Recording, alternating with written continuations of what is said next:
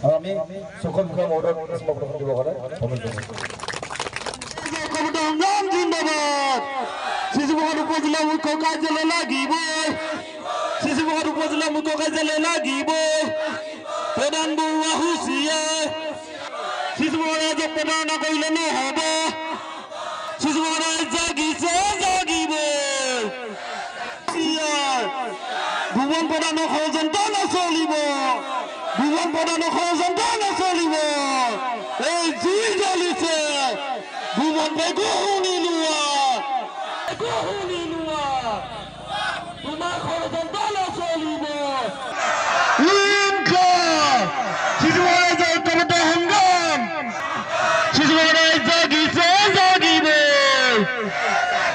শিশুমোহন উপজেলা মুখ্য কাৰ্যালয় লাগিবই, শিশুমোহন উপজেলা মুখ্য কাৰ্যালয় লাগিবই। শিশুমোহাবাসীয়ে আজি দীৰ্ঘদিন ধৰি আমি দুটা দশক জোৰা আন্দোলনৰ ফলত শিশুমোহা নামেৰে এটা সমষ্টি পাবলৈ সক্ষম হ'লোঁ। আৰু শিশুমোহাবাসী এটা সমষ্টি পোৱাৰ পিছত আমাৰ সন্মানীয় অসমৰ মুখ্যমন্ত্ৰী ডক্টৰ হিমন্ত বিশ্ব শৰ্মা ডাঙৰীয়াই আমাক এটা উপজিলা দিলে। আৰু উপজিলা যিহেতু হোৱাৰ পিছতে চিচিবঙা মুখ্য কেন্দ্ৰবিন্দু চিচিবঙাতে উপজিলা মুখ্য কাৰ্যালয় স্থাপন হ'ব লাগে। কিন্তু এতিয়া আমি দেখিবলৈ পাইছোঁ যে সাংসদ প্ৰধান বৰুৱা আৰু আমাৰ সন্মানীয় বিধায়ক ভুৱন পেগু ডাঙৰীয়াই চক্ৰান্ত কৰি আমাৰ চিচিবঙাৰ পৰা আমাৰ উপজিলা যি মুখ্য কাৰ্যালয় এই কাৰ্যালয়টো অন্য স্থানলৈ লৈ যাব খুজিছে।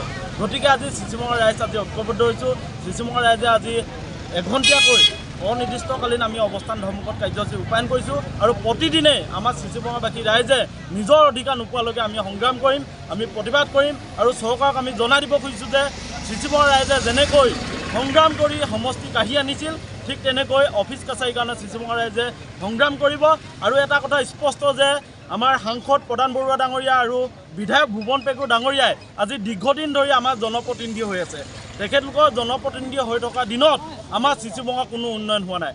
চিচিবঙাৰ পৰা তেখেতলোকে এটাৰ পিছত আন এটা অফিচ বিভিন্ন স্থানলৈ লৈ গৈছে। গতিকে যিসমূহ অফিচ চিচিবঙাত হ'ব লাগে বা চিচিবঙাত যি সামগ্ৰিক উন্নয়ন হ'ব লাগে, এই উন্নয়নত কিন্তু বাধাৰ হৈ থিয় দিছে আমাৰ সাংসদ প্ৰধান বৰুৱা আৰু বিধায়ক ভুৱন পেগু।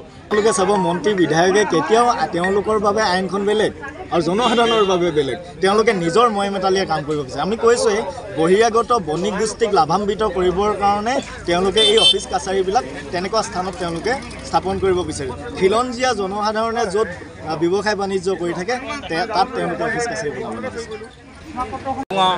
বহুত সমস্যাৰ মাজে আমি আজি উপজিলা পাবলৈ সক্ষম হৈছিলোঁ। কিন্তু আমি উপজিলা নামেৰে সমষ্টিটো পাইছোঁ হয়, কিন্তু আমাৰ মানে দুজন ব্যক্তিয়ে চক্ৰান্ত কৰি আমাৰ কাৰ্যালয়বিলাক মানে চিলাফল নিয়া সিদ্ধান্ত কৰিছে। তাৰ সংক্ৰান্তত আমি মানে এই আন্দোলন কাৰ্যসূচী আমি হাতত লৈছোঁ। এই আন্দোলন কাৰ্যসূচী আমাৰ দাবী পূৰণ নোহোৱালৈকে নি আৰু বাহুল্যভাৱে আমি চলি যাব বুলি আমি আশা কৰিছোঁ। কোন দুজন ব্যক্তি? এজন হ'ল সাংসদ প্ৰধান বৰুৱা, এজন হ'ল বিধায়ক ভুৱন পেগু। আজি ঠিক আমি যেনেকৈ মানে অৱস্থান ধৰ্মঘট কৰিছোঁ, হয়তো পৰৱৰ্তী সময়ত মানে কোৰ্ট অৱৰোধ কিছুমান কাৰ্যসূচী ল'বলৈও মানে আমি বাধ্য হ'ম তাৰমানে।